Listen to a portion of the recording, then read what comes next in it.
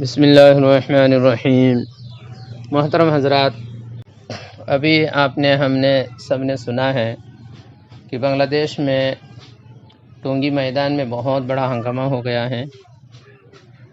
مولانا سعد صاحب کے ماننے والوں نے شورائے نظام اور علماء بنگلہ دیش کے ماتحت میں چلنے والی جماعت والوں پر بہت بڑا ہنگامہ کر دیا ہے، جس میں کئی لوگ شہید بھی ہو گئے، بہت سارے لوگ زخمی ہو گئے۔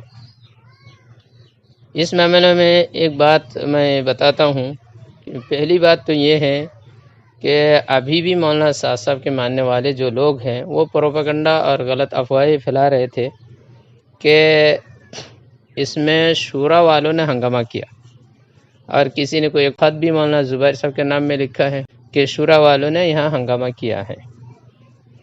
یہ 100% غلط ہے۔ شورا والے جو کر رہے تھے وہ سرکاری فیصلے کے مطابق کر رہے تھے۔ سرکار کا فیصلہ تھا کہ اس طرح کرنا ہے، تو وہ لوگ اسی حساب سے اپنا جوڑ کر کے پھر اس اجتماع کی تیاری اور اجتماع کی محنت کر رہے تھے۔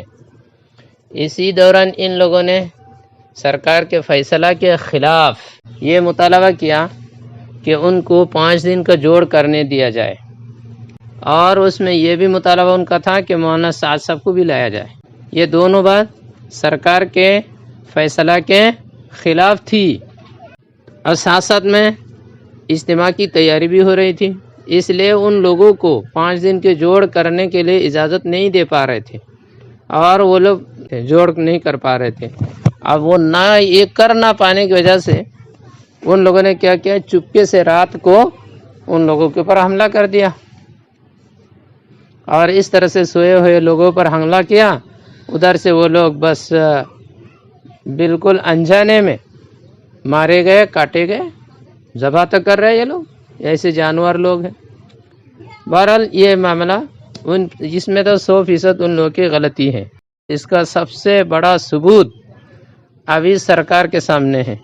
اس ہنگامے میں ان کی طرف سے جن لوگوں نے ہنگامہ کیا تھا وہ سارے ایک ایک کر کے پکڑے جا رہے ہیں۔ سب سے بڑا جو ہے اس میں ان کے جو سب سے بڑے ہیں یہ مولوی معاذ ابن نور، وہ خود بھی پکڑے گئے، پولیس نے اس کو گرفتار کر لیا، اور وہاں حتیٰ کہ وہ جس مدرسے سے پڑھا ہوا تھا اس مدرسے والے نے ان کا سند بھی منسوخ کر دیا، اور اس طرح سے ایک اور بھی پکڑے گئے، اور نہ جانے کتنے پکڑے گئے، وہ سارے ہمارے پاس کہاں سے رپورٹ آئیں گے۔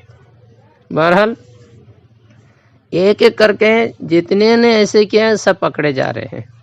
اس کا نتیجہ تو یہی، اس کا صاف مطلب ہے کہ ہنگامہ انہی لوگوں نے کیا ہے، ادھر سے شورا والوں کی طرف سے کچھ بھی نہیں تھا۔ یہ ایک پہلی بات ہے۔ اس میں ایک بات، اس لڑائی کے بعد بنگلہ دیش کے علماء نے اور بنگلہ دیش کے پبلک میں جو کچھ فیصلے لیے ہیں اور جو باتیں وہاں ان کے ہاں چرچے میں جو باتیں آئی ہیں، وہ 2-4 بات میں آپ کو سناتا ہوں۔ ایک بات تو سب سے پہلے وہاں یہ بات ہوئی ہے کہ پورے بنگلہ دیش میں پوسٹ چھپائے ہیں، پوسٹ چھپائے پورے بنگلہ دیش میں۔ اس میں کیا ہے، اس میں نمبر 1 میں کچھ لوگوں کے پھانسی کا مطالبہ ہے، اس میں مولانا سعد صاحب ہے، واصف الاسلام صاحب ہے، یہ نمبر 1-2 میں جا رہے، اور وجہ اس کی کیا ہے، یہی مولانا سعد صاحب کی وجہ سے یہ سب اختلاف ہو رہا ہے، واصف الاسلام صاحب کی وجہ سے یہ سب اختلاف ہو رہا ہے۔ اس کے بعد تیسرے نمبر میں معاذ ابن نور ہے۔ یہ کہنے کا مطلب یہ ہے کہ اس طرح ترتیب سے سب سے پہلا یہ ہوا کہ ان لوگوں کو پھانسی دی جائے، یہ ایک مطالبہ، انا للہ و انا الیہ راجعون، ڈوب کے مرنے والی بات ہے کہ مولانا سعد صاحب کی پھانسی کا مطالبہ ہو رہا ہے، اور یہ کوئی غلط مطالبہ بھی نہیں ہے، بالکل صحیح ہے۔ ان کی وجہ سے لوگ مارے جا رہے ہیں، مر رہے ہیں۔ ایک تو یہ فیصلہ ہوا۔ دوسرا فیصلہ یہ ہوا کہ علماء بنگلہ دیش کی طرف سے بنگلہ دیش کے اخبار میں یہ بات چھپی ہے کہ تبلیغی جماعت کا جو اختلاف ہے، یہ اختلاف صرف اور صرف مولانا سعد صاحب کی وجہ سے ہے۔ یہ ایک طرفہ اختلاف ہے، اس میں دوسرے گروپ اور دوسری جماعت کا کوئی دخل نہیں ہے۔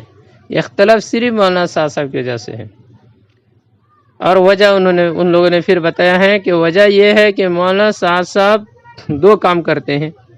ایک تو مولانا سعد صاحب اپنے آپ کو امیر کہتے ہیں، خود اپنے آپ کو امیر کہتے ہیں، یہ پہلی بات۔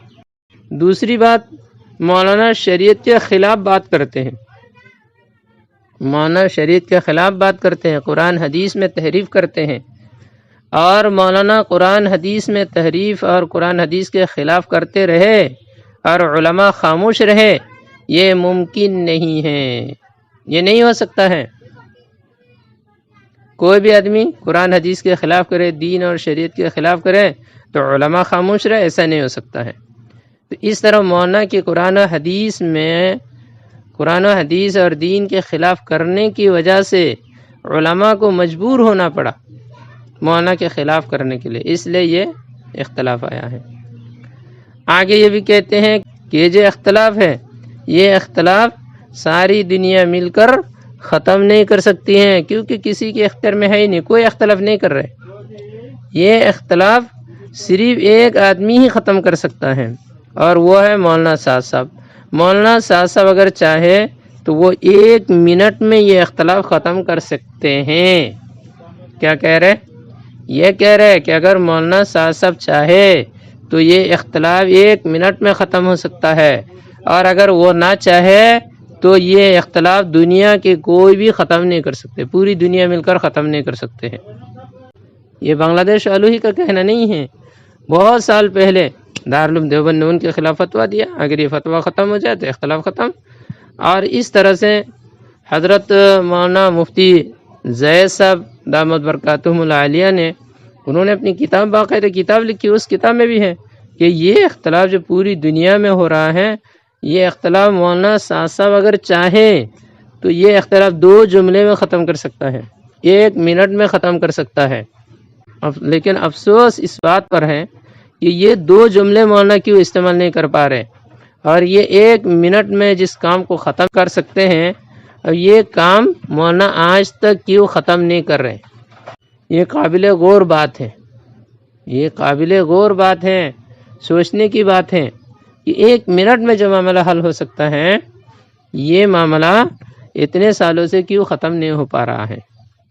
اور شورا والوں نے بھی یہی کہا تھا کہ بھائی تم اس کو مان لو، قابل اعتراض باتوں کو ختم کر دو، اور یہ امیر کے دعویٰ کو ختم کر کے شورا کو مان لو، بس اختلاف ختم۔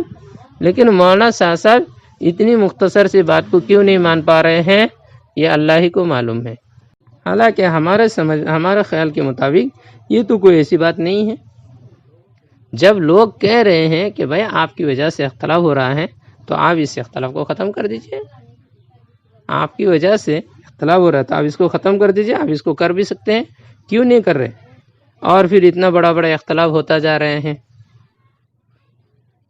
اس لیے اس بارے میں امت کو اگر مولانا سوچتے ہیں تو ٹھیک ہے، اگر مولانا نہیں سوچتے ہیں تو میں تو یہی کہوں گا کہ امت مسلمہ مولانا سعد صاحب کو تنہا چھوڑ